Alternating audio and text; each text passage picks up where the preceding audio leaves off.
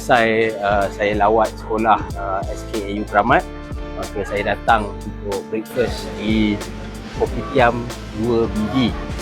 2BD ni saya difahamkan ialah dua budak dapur, bukan bukit dinding, tapi dua budak dapur.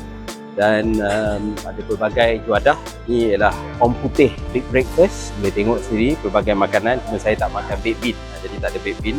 Ni yang ada baked bean. Ni daripada smoked buffalo.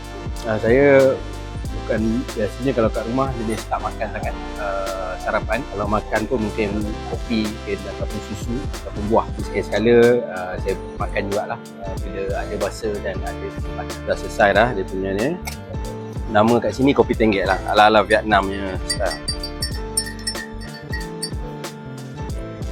Dia punya rasa kopi dia memang kau lah, memang siapa peminat kopi saya sediakan buka kopi tenggek yang ada dekat Kopitiam 2BD. Ada lagi macam-macam, ada roti sangkaya, ada, dan kalau lambat sikit nanti akan ada juga ayam gepuk Pak Abu.